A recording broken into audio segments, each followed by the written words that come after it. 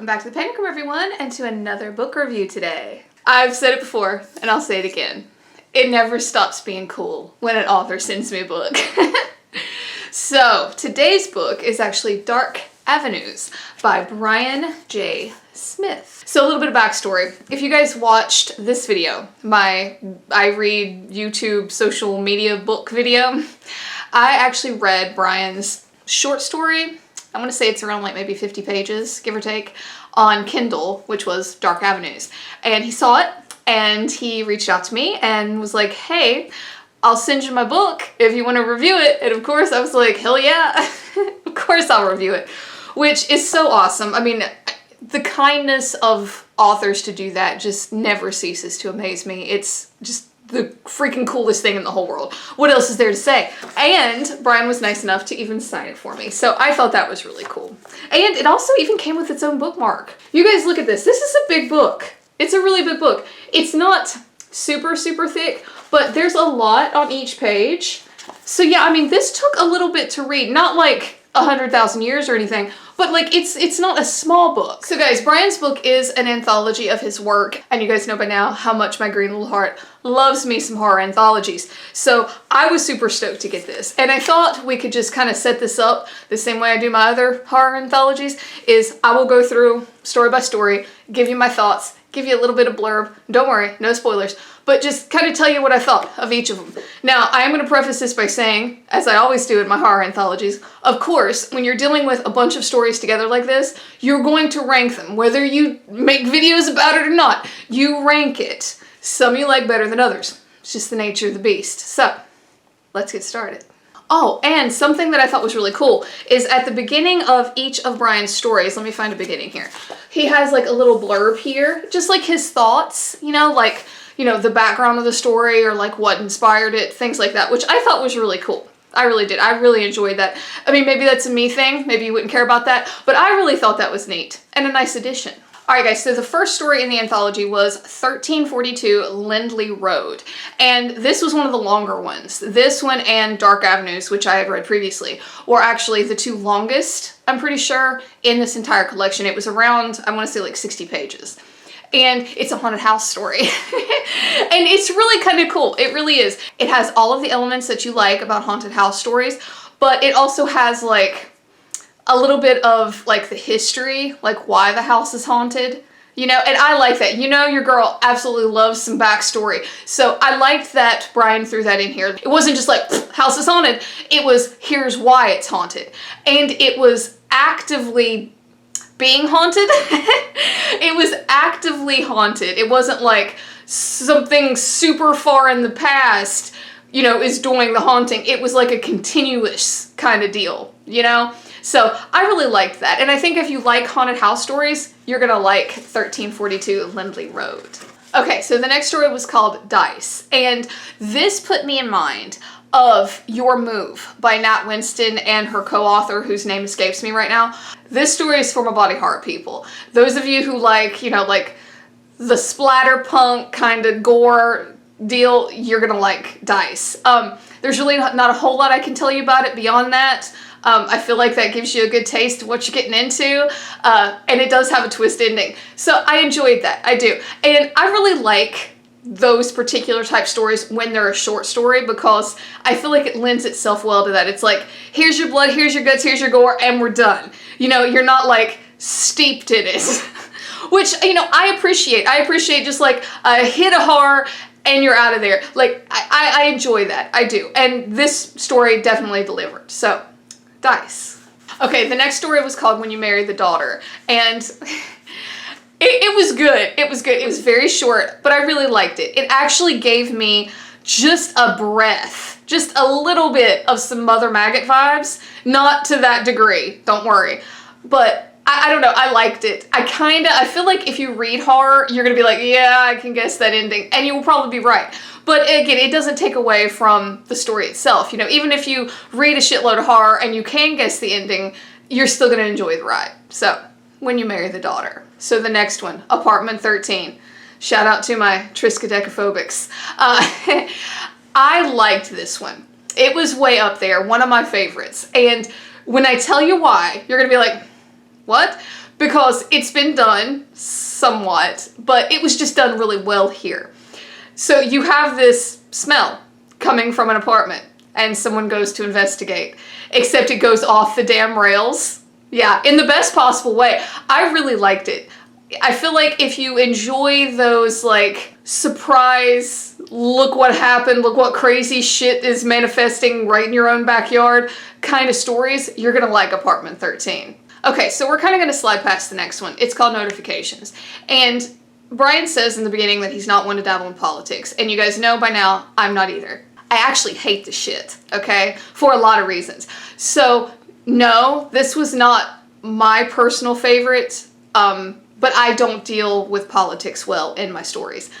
I just don't. But I respect the fact it's his book. He can write about whatever the hell he wants, all right? It's just not my cup of tea. So if you don't like politics in your stories, this might not be for you. But the good news is that it's a horror anthology, which means you can just skip right past this one if you don't want to deal with the politics, and there's a bunch of other stories for you to read. So, Notifications. Okay, so the next one is called Rightful Place, and it's almost romantic. For Mahar people, it's almost romantic. And, you know, your girl doesn't do zombies and stuff like that very much, but I really kind of enjoyed this one for what it was. And it really does have some, like, hardcore romance elements to it in a lot of ways, but I really don't think you're gonna mind that. I didn't, and you guys know I don't do romance, but I liked this one. It was kind of sweet, actually. I feel like my horror people, my people who really like the darker side of literature, you're gonna be like, aw. and you will be right, but I don't think everybody would agree with you. But it was a really sweet story. So, Rightful Place. Ooh, and the next story, In Laudamus Jack. I hope I'm saying that right. So Brian said in the intro, he's like, I'd never written a Halloween story, although it's my favorite time of year. This is for my Halloween people. Those of you who, like, yearn for Halloween all year long, this was a really cool little Halloween story. It was. It was. It has all of those elements that you've read in other Halloween stories and you've seen in other Halloween movies, but it will scratch that itch. And I know I'm talking to some people who love Halloween too, so I really think you're gonna like this one. I really do. It had all of those small town, creepy Stepford kind of vibe. I don't know, all of it. It was just there. I think you'll really like In Laudamus Jack if you were a Halloween buff like myself. So the next one, Big Brother. I liked this one. This is for my vampire people. If you guys can't tell, there's actually something for everyone. I feel like in this anthology, it runs the gamut. It really does. It has a lot to offer. So this is a vampire story, but it centers around these two siblings.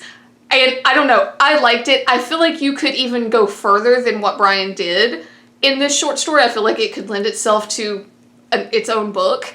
But, you know, it was a really good story. I liked it. And I think if you like vampires, if you like that whole thing about, you know, like the struggle that the vampire or the people who love the vampire go through, you're really gonna like this one. Big Brother. So the next one. I think one of the most unique in this entire anthology, truthfully. It's called Third Day of the Third Week of Every Month. I can't tell you a ton without giving it away, but it's about this, like, woman in a small town talking to someone. I want to say it was at a bus stop or a train station, something like that. It is so sad, but it's really good. It's really good, and it's, I don't know, it's that, what do I call it in the past? Like that tragic horror. Like, it's not in your face, not blood, guts, and gore, really, but you get to the end like, oh, that sucks. So, yeah, I liked this one simply because it was, I thought, very unique. I really did. And, you know, it was a short story, so it was like just a, and it was gone. But you're at the end of it like, wow, that was messed up. You know, I feel like you know what I'm talking about. So, yeah, third day of the third week of every month. Okay, so the next one was called A Different Kind of Therapy, and I like the way the story was structured. I had seen this trope before in movies and in books, but I like this particular structure, and it's like you're watching action happen, and through the action of this little, like, window into this moment in time, you get a bigger story. That's what this one was, and it has to do with a guy going to therapy. And things happen, and histories are brought to the forefront. I can't tell you a whole lot more than that, but you're listening to this story via a voice recorder. And I don't know about you, I like that. I like that kind of trope. I think it lends itself well to some stories, and it worked for this one. So, a different kind of therapy. Okay, so the next one was called A Proper Burial. And I'll be honest with you guys, it wasn't one of my favorites, but that's because I don't really dig on like Western type settings usually. I will say this one had a really cool ending. It really did.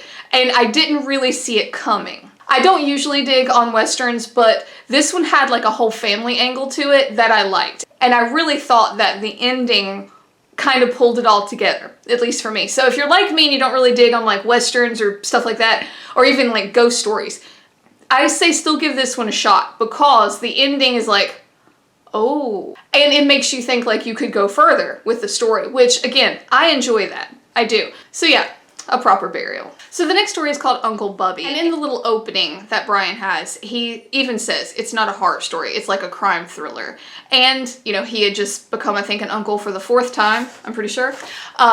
So I understand the background. I do. And it really does, I guess, sort of lend itself more to like a crime noir kind of sort of. I really got some like grittier Law and Order vibes from it. It was a good story. Don't go into it thinking it's a horror story, because it's not. It's a crime story. So it would not be fair for me to be like, oh yeah, it sucked at a horror story, because it's not one. It's not. For what it was, I thought it was great. Matter of fact, my boyfriend would love it. He loves those crime stories and things like that. So, you know, it really put me in mind of like the stuff that he likes to read and watch. So yeah, Uncle Bubby. Okay, the next one, and I hope I'm gonna say this right. Odio. It's about a scary book, okay? And it's really good. It's really good. And I'm gonna harken back to something that I've said in the past. You guys know I like a lot of detail, you know, a lot of world building, but sometimes when done correctly, the lack of information can lend itself well to a story. That was the case here. There's a lot of like ambiguity surrounding this book, and it makes the reader like, what's happening? I gotta know what's happening with this stupid book, because you just want to keep reading and you don't really get an answer. So I don't want to say a whole lot more than that, but yeah, creepy books, yes please, Odio. So the next story is Dark Avenues, and again, it is one of the longer ones. I'm not going to review that in this video simply because I did in the other video. So if you want to know more about Dark Avenues, the book's namesake, check that video out. I'll have it linked down below. So the next story is Me and My Gang, and this was a zombie story. I will say it was not one of my favorites, but I'm not a big zombie fan. I think if you like zombie stories, you're gonna like it. It was a little bit ambiguous. It was one of those stories that it was like just a blink of time and then you were done. You were over. You know, it's like you knew there was a bigger story at play, but you just get this little window. I feel like you guys know what I'm saying. So that's kind of what this was. And, you know, again, zombies really aren't my deal, but I didn't think the story was bad at all. And I think if you like zombies, you're gonna like it. So, Me and My Gang. Okay, so the next one was called Big Daddy. And this is for my creature people. Like those of you who like monsters and shit like that, you're gonna like this. I can't really give you a whole lot.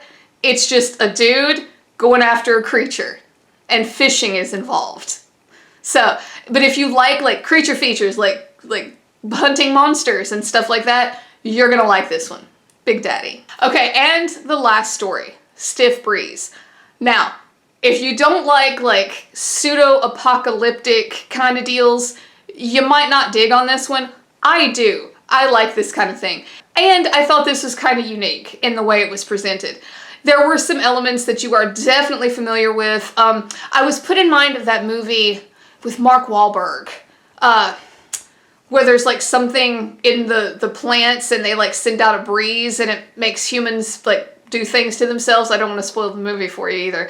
But I was kind of put in mind of that. It has some inklings of that. Not exactly, but it has some inklings of that. But the symptoms that manifest, I thought were really well done. I really did. And I thought that this was actually a really good showcase of Brian's work as far as like how characters play together. I thought that worked out really well in this story. So if you like stuff like that, you're gonna love the last story, Stiff Breeze. So guys, that was Dark Avenues by Brian Smith. And before I go any further, a huge, massive thank you to Brian for sending me this. I thoroughly enjoyed this. This was an excellent anthology, and I have to say, truly, it really does have something for everyone. I feel like you get such a wide variety of flavors, which is one thing I love about horror anthologies, but you know, some anthologies cater to one thing or another. I really think Brian's, you know, really runs the gamut. I think no matter what you like in a horror vein, you're gonna find something you enjoy in here. And guys, let me know down below which story sounded interesting to you. Like I said, I feel like a lot of different readers can find something they like in this story, so let me know down below which one you thought sounded pretty interesting. And guys, thank you for hanging out for another video here in the Panic Room. Please like and subscribe, it would really help me out. And until next time, bye for now.